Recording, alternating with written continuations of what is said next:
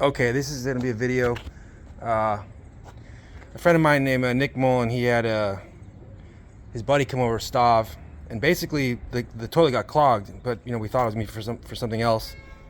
And this is a testament to the auger right here. So this is an auger.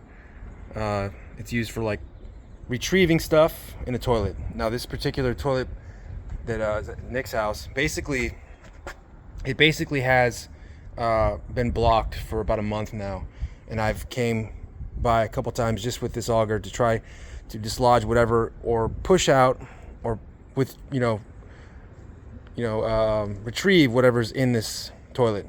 I thought it was some toys. Who knows what it was? Something was definitely blocking it. I could feel this actually bottoming out at the P trap of the toilet, because if you look at the side of a toilet, it goes in, it goes up, and it goes back down, and it goes straight to the outlet at the base of the toilet there. So today I decided to give it one last shot because I was running out of time to finish this job, and I decided to look into modifying the tip on this auger. Now, as you can see, I've completely captured something on here. It's like basically a battery. It holds the battery holder for this thing, and you can see it's caught it in the modified portion of this auger.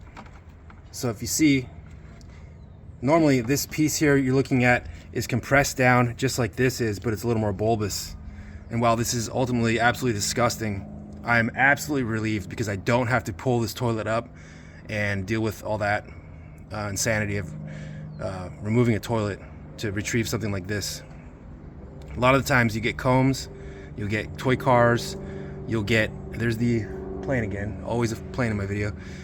You'll get cars, you'll get tampons, stuff like that. None of that stuff should go down the toilet, but people sometimes don't know, or kids flush stuff down the toilet. And so this is for anyone out there that is loathing the idea of removing a toilet like I have been, and giving you hope that you can actually get this stuff out of your toilet to get it back in operating. So what I used to modify this tip here, I was a pair of needle nose pliers. I stepped on the end of that, and then I just pulled this out like that, and then got the end of the very end here a little more pronounced pulled out. And I was even going to flare it out this way a little bit if I wasn't getting any luck, but you can see I definitely got it. And what I did, my technique I used to get this thing to catch on something, I was just hoping, I may have lucked out with this shape and size of this piece of plastic and the way it snapped into the side there. But it wouldn't have done that if this thing wasn't modified, for sure. But my technique to get it to hook onto this was introduce the end here of into the toilet, right? And then I basically waited till I could feel the blockage impact the tip of this thing, and then I would pretty gently go around clockwise, because I knew this part was going to be spinning that way, and just hopefully to catch whatever. Again, no one ever knows what's in the toilet, so you either push it all the way through or bring it back out.